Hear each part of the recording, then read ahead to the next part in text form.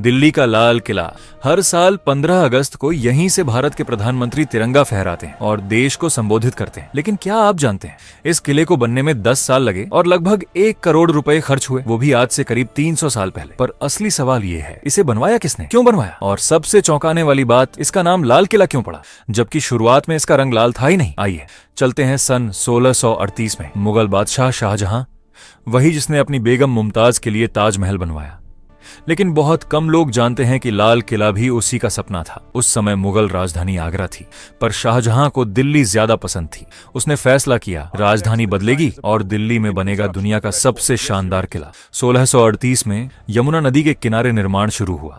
जगह सोच समझ कर चुनी गई थी, नदी पास होने से सुरक्षा भी और पानी की व्यवस्था भी।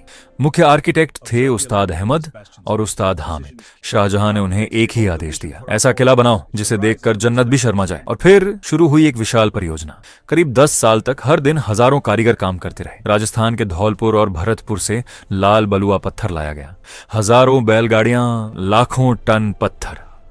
महलों के अंदर लगा मकराना का सफेद संगमरमर, वही पत्थर जिससे ताजमहल बना था। किले की दीवारें 23 मीटर ऊंची और लगभग 2.5 मीटर मोटी थीं।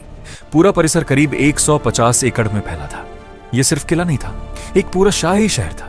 यहाँ था दीवाने आम, जहां बादशाह आम जनता की फरियाद सुनता था, और दीवाने खास, जहां खास मेहमान आते थे। यहीं रखा था मयूर सिंहासन, दुनिया का सबसे कीमती तख्त, जिसमें जरा था मशहूर कोहिनूर हीरा। रानियों के लिए बना रंग महल, जहां छतों में बहती थी पानी की नहरें, गर्मी में ठंडक देने के लिए। मोती मस्जिद सफेद संगमरमर से चमकती थी, हर दीवार पर नक्काशी, फूलों के डिजाइन, कुरान की आयतें, कारीगरों का अद्भुत हुनर। सबसे हैरान करने वाली चीज थी इसकी पानी की व्यवस्था।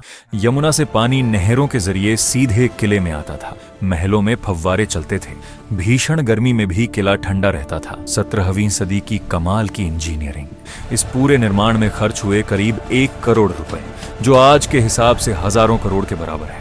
लेकिन अब सुनिए कुछ चौंकाने वाली बातें। पहली, जब यह किला बना था तब इसका रंग लाल नहीं था, ये सफेद और हल्का गुलाबी दिखाई देता था। समय के साथ पत्थर का रंग बदल गया और बाद में अंग्रेजों ने इसे लाल रंग से पेंट कर दिया। दूसरी, किले के 2 मुख्य दरवाजे हैं, लाहौरी गेट और दिल्ली गेट। आज भी प्रधानमंत्री लाहौरी गेट से प्रवेश करते हैं। तीसरी, किले के अंदर छत्ता चौक नाम का बाजार था, जहां कभी रेशम और जवाहरात बिकते थे, आज वहां हस्तशिल्प मिलता है। और एक अजीब परंपरा भी थी, खास महल में एक तराजू रखा जाता था। शाहजहां अपने जन्मदिन पर उस पर बैठता और उसके वजन के बराबर सोना चांदी गरीबों में बांट दिया जाता। लाल किला सिर्फ एक इमारत नहीं, इतिहास का गवाह है। 1648 में यह बनकर तैयार हुआ। शाहजहां यहीं रहा, फिर उसके बेटे औरंगजेब ने सत्ता संभाली और अपने ही पिता को आगरा में कैद कर दिया। 1739 में नादिर शाह ने हमला किया और लूट कर ले गया वही मयूर सिंहासन जिसमें कोहिनूर जड़ा था। फिर आई 1857 की क्रांति। आखिरी मुगल बादशाह बहादुर शाह जफर ने क्रांतिकारियों का साथ दिया। अंग्रेजों ने उन्हें पकड़ लिया और लाल किले में ही उनका मुकदमा चलाया। फिर उन्हें रंगून भेज दिया गया, जहां उनकी मौत हो गई।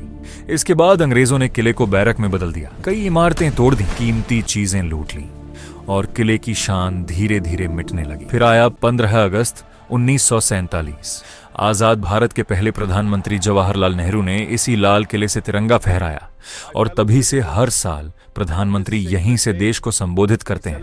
आज लाल किला यूनेस्को विश्व धरोहर है, लाखों पर्यटक यहां आते हैं।